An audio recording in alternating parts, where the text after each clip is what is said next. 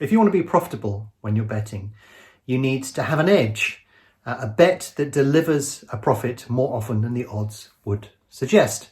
So I've got a question for you. What's the link between Roger Federer, Frankel, Wayne Rooney, and a top professional golfer? Because there is a link, it includes an edge, and that edge is something that you can exploit if you're aware of what you're looking for. I've been successfully betting and trading for over 2 decades. If you want more videos like this and you want me to describe more of what I do, then give us a like. If you want to talk to like-minded people, visit the BetAngel forum where you can do exactly that, but also visit our website where you can download a free trial of BetAngel. So if you've watched some of my other videos, you'll see me give you the opportunity to learn how to price a market. And that is quite an important and interesting skill, because it allows you to see what the market is offering against what you are predicting. And then you can try and understand why there is a gap there. But you don't have to do this because, of course, you would generally expect the market to be reasonably efficient most of the time.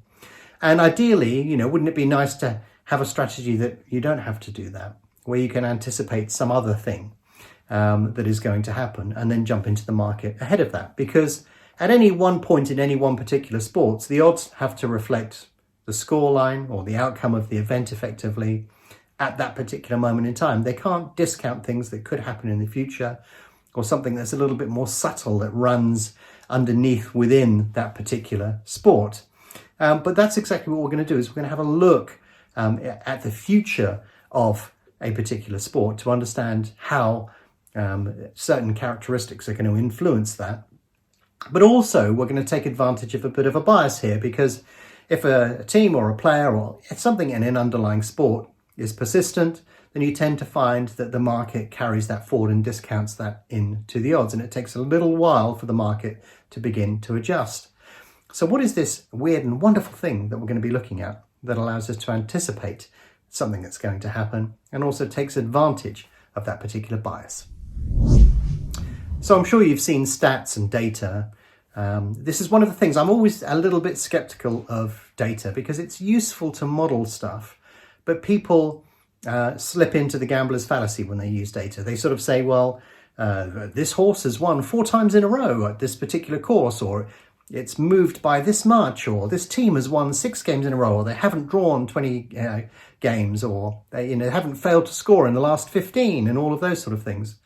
And the problem is all of those are looking back. They're past historic stuff. They're not looking forward. And most of the best strategies that I've ever found and being able to make the largest amount of money from are anticipating change that is going to happen. Now, of course, it hasn't happened yet. So there's always going to be an element of judgment within there. And also you're going to have to accept that you're stepping into the area where you're taking risk without having all of the information directly in front of you. However, it is possible to anticipate that things are likely to happen and get yourself into the market and betting on or against these things before they begin to take effect. Because what I tend to find in most markets is, because of the stats that get pushed to you that I've just mentioned, you tend to find a lot of momentum in the market and people stepping in to sort of say, well, that looks like a bargain, when in fact it definitely isn't. So let me explore specifically what I'm talking about here. So for this particular edge, one of the things that I was looking at was I was trying to understand and anticipate what was going on within tennis, because you'd see people rise to the top of their particular class and then slowly decline and fade away and eventually retire. And I started to wonder if I could anticipate exactly where this person is within their career. So I went back and I studied everybody's career records for over hundreds of, actually it was thousands of players over many years, to try and understand if there was a defining characteristic that would allow me to anticipate either the peak or the decline within a tennis player's career. And then I could actively start betting or trading against that. So I went off and did that, and I found one key characteristic that determined exactly where a player was in their career. It was age.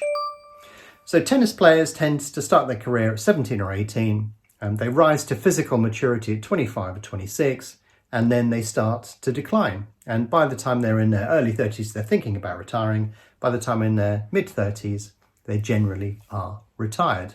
There will always be exceptions to the rule, but that's generally how a player's career unfolds. And the advantage from a betting perspective is when you're looking at a player that's rising rapidly through the ranks and you know that they're some way off of their physical maturity, then the market tends to be a little bit behind on those players. And when you get players at the top of their career when they're age 25, 26, and they're about to start going into that declining phase, then you can bet against those players or for their opponents, basically, because you'll start to get a few shock results as they go down that side of the curve. It's impossible for a player to avoid that curve, and therefore by anticipating it, you can basically take advantage of those sort of characteristics. But also from a trading perspective, when you get a younger player going up against an older player, the younger player will just throw everything at it, but he doesn't have quite the experience very often to close things out at a higher level. And of course, the experienced player does. They may be a little bit older and maybe on that downward side of the curve, but they do have the ability to be able to control a match and cope with the pressure of those big matches a little bit better. But what you tend to find is that very often you will see me post graphs up on tennis where I'm saying break back mountain. And if you look at those matches, you will very often find that those matches are where you've got a much younger opponent who's really going to go for it in that first set against a mature player who basically doesn't feel under too much pressure if they lose that first set, because they can use their experience to boss the game from that particular point onwards. But yeah, whether you're betting or trading, if you look at the age curve and where a player is within his career, you can begin to anticipate roughly where they're going and whether the market's likely to be ahead or behind from that perspective. Because what you tend to find is people focus on the results that have just taken place and they're not anticipating where people are on that curve.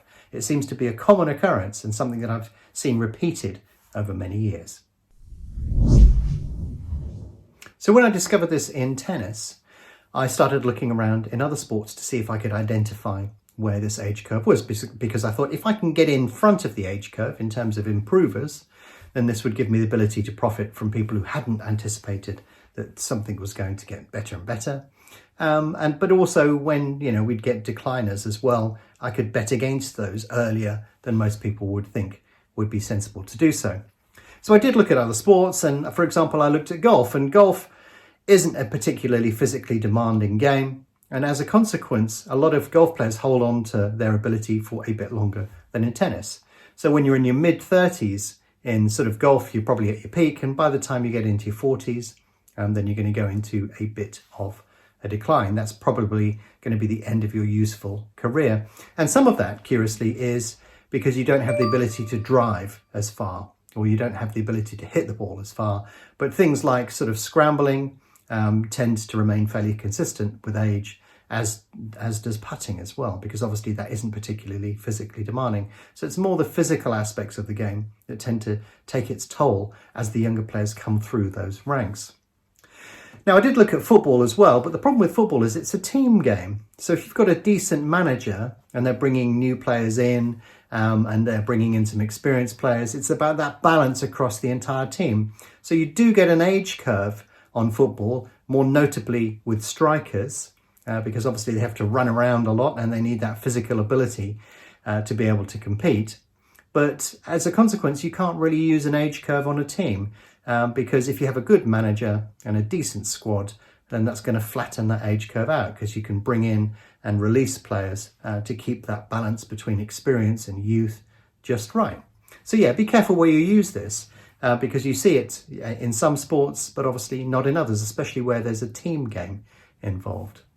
But doing all of this and seeing all of the different age curves across different sports made me wonder if I could apply the same thing to racing. So when I really started to get into racing, there was something that always used to annoy me from a commercial product perspective. You would get some superstar horse. It would start winning a few races and then it would really catch the imagination of the public, at which point it would retire. And I was thinking, well, this is strange. What's going on here? It's a bit like having a football team that's just won 16 Champions Leagues in a row and then turning around the next season and going, oh, we're not going to play next season. But of course, when you look at horse racing, and people in horse racing will know this, horses have very short, useful careers. And their age curve effectively peaks and troughs very quickly. So in terms of a good horse, it will basically run to the best of its ability, but its career will be relatively short, and then it will be put out to stud because they won't run it beyond its sort of peak performance, basically. So yeah, horse racing does have an age curve, and it does follow a defined curve. And I thought, well, let's have a look and try and understand how age influences the outcome or the ability of a horse. So if you go on to the BHA website, you can actually download the ratings of every single horse that is running. And you can actually begin to sort and drift through that data if you so wish. And this was what I did to try and identify exactly what the age curve of a horse was. I would look at all of the ratings, figure out how old they were and stuff like that, basically. I'm sure you can work out how all of that was done. But basically that told me that actually when you look at horses that were generally getting above a certain age, that their performance started to decline fairly quickly. And I began to wonder why that was and what the sort of average age of a horse is and stuff. And I actually went off and read loads of papers on it, and turned out it was a thing called growth plate fusion. If you really want to go that deep, you can as well. But basically, horses suffer from the same thing that everybody else does, but on a different timescale, effectively. So I went off and did loads of research and look at the average speed rating of horses, compared them to the mean and so on. And it turned out that other people had done similar things as well. And if I bring up a graph here, this is basically showing you the deviation to average time that you would expect over the... I'm trying to sort of summarize things here, but basically this is showing you the age curve. This is basically saying to you, how does a horse perform over the course of its career? And you can see that at one end of the graph, the 2-year-olds basically have plenty of room for improvement, as to 3-year-olds. But when we start going in that 4 to 5-year-old category, then the horses start to go into decline. Certainly, and we're talking specifically here about flat racing. So you can see actually that when you have horses that are at the left-hand side of this curve, 2 and 3-year-olds, there's plenty of room for improvement. And you could sort of say, well, isn't this going to be discounted into the price some way? Yeah, I'm sure it will be discounted some way. But what I tend to find again on horse racing and on all sports is there is this bias towards most recent results. So inevitably, you're going to get a few horses coming through those ratings and improving very, very quickly. And you can nab a bit of value from there. But also horses that are at their peak are going to inevitably decline at some particular point in time. But if they've just won 4 races in a row, people will still be hoping and betting on the fact that that was just the case. So yeah, it turns out actually that horses have an age curve as well. And you can use that to determine whether they're likely to improve or decline in future runs. And doing that will allow you to get a little bit of value on that from a betting or trading perspective. So when we look at any particular sport, we see an age curve. If we look at tennis, we can see that players go pro at 17, 18 and they peak at 25, and then it sort of tails off. Because they've got a little bit more experience than they had on the way up, that curve on the other side tends to be a little bit sort of shallower. It's not as steep as the rise to prominence that you see. But we also see the same thing in golf and in a whole variety of different sports. This is a dominant characteristic because of the physical attributes of every sport that is played professionally nowadays. There is a caveat though, and that is that it doesn't really apply to teams, because obviously you've got a mixture of youth and experience within teams, and if that's managed correctly, then the aggregate result of the team probably won't change that much over a period of time, as long as you're bringing in new players and getting rid of old ones. When you look at team sports, the age curve doesn't really have any effect, but on individual players within those teams, it definitely will. But in aggregate, that should be managed by the manager, so it's less applicable in those particular circumstances. But we also find an age curve on horses, where we can actually predict roughly where they'll be in their career. And this is why horses are retired at certain times if they are superstars, basically, because it makes sense for them to go out on top and with an unbeaten record. If they hang around for too long, then they're going to start losing races, and that may affect their value at stud. But from a betting and trading perspective, what you want to do is be anticipating these curves. So when somebody's on the rise quickly, you can expect that they would win more frequently than you would expect. But when they're at their peak, you'll probably find that people are looking at the historics and sort of saying, oh, they've won 15 times in a row, or they've achieved something, and therefore, and they miss the top of that curve. People are over-reliant upon historic results. They're not looking ahead. And what you'll be doing by looking at the age curve, whether it's an animal or whether it's a person, is you'll be able to anticipate roughly where they are on that curve and whether they're still in a period of growth, they're maturing, or whether they're in relative decline. And with that information, you can anticipate all of that and either bet for or against that individual player or animal, and you can be slightly ahead of the curve. It doesn't involve a lot of mathematics. You just need to understand the sport, understand where they are on that curve, and I'm pretty sure you'll be able to take advantage of it.